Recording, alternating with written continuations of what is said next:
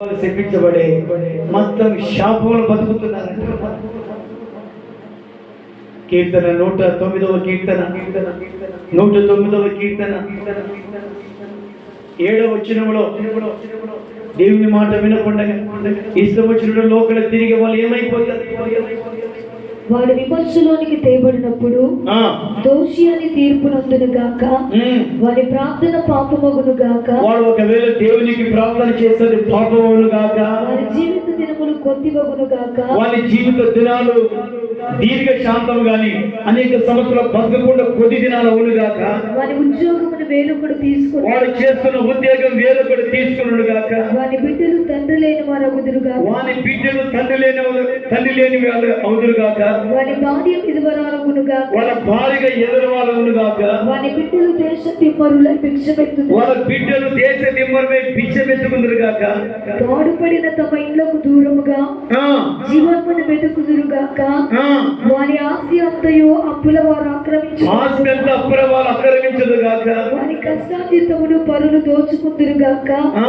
వారికి కృప చూపువారు లేకపోవుదురు. కృప చూపేవారు లేకపోయి తండ్రి లేని వారి బిడ్డలకు, తల్లి లేని వారి బిడ్డలకు, తండ్రి లేని వారి బిడ్డలకు దయ చూపువారు ఉండకపోవుదురు. దయ చూపేవాడు ఉండకపోదురు గాక. ఇలాగే శాపం.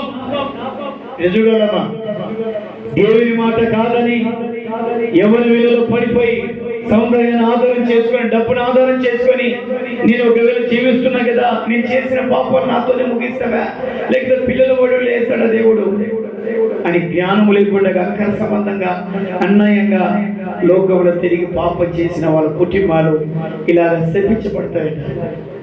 స్త్రీ శపించబడతారు, పురుషులు శపించబడతారు, పిల్లలు శపించబడతారు. దేవుని బిడ్డలుగా ఇస్సాకులాగా తోడు సంపాదించుకొని ఆశీర్వాదాలు సంపాదించుకోవాలి. హల్లెలూయా, హల్లెలూయా.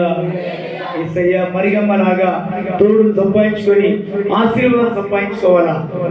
యేసు ప్రభు తప్పించేది ఈ లోకంలో ఎవరు?